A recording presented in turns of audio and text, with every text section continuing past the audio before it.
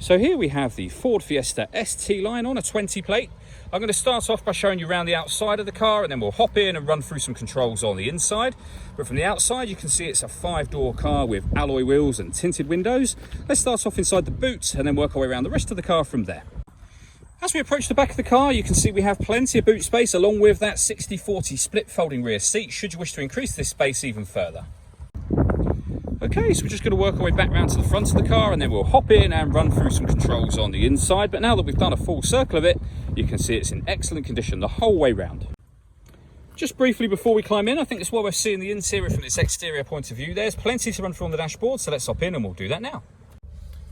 Okay, now that we're inside the car, we're going to start with the dials. On the left-hand side, we have the rev counter, and on the right-hand side, the speedometer. At the bottom in the middle, we have the fuel gauge and coolant temperature gauges, and then above that, we have a digital readout for the speedometer. Up in the top left-hand corner, you can see the total miles for this car, which are 1,262. You can change the information displayed in this central section using buttons on the steering wheel for various different bits of information, including a trip computer, as you can see. Settings, you've got a phone menu, audio, and navigation as well. If we back out to the steering wheel, that's the button I was using just a moment ago. We have stereo and phone controls beneath it. On the left-hand side, the stereo controls continue along with cruise control and speed limiter. And you can turn those on and off from here very easily. Over in the center, we have the touchscreen for the car. So you'll see we have satellite navigation. There's a full video showing how this works on both our website and also on our YouTube channel as well. Up in the top here, we have our different music options. So you can see we have AM, FM and DAB radio as well as Bluetooth audio. You can also stream your music wirelessly as well as making and receiving phone calls using that. This car's also got 2 separate USB inputs.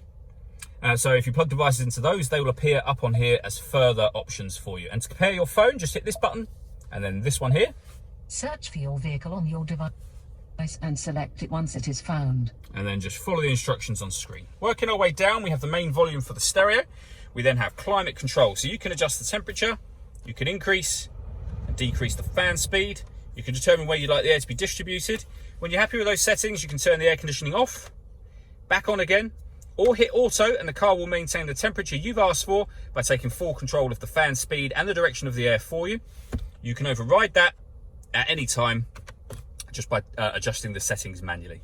We've here a heated rear screen and a proper heated front screen as well. 12-volt charging socket and one of the 2 USB inputs I mentioned previously. A 6-speed manual gearbox. And then down here we can put the car in eco mode. We can turn off the traction control. And this button turns off the stop and start. This car is designed to cut out when it's stationary in traffic to save you fuel. That system is now off.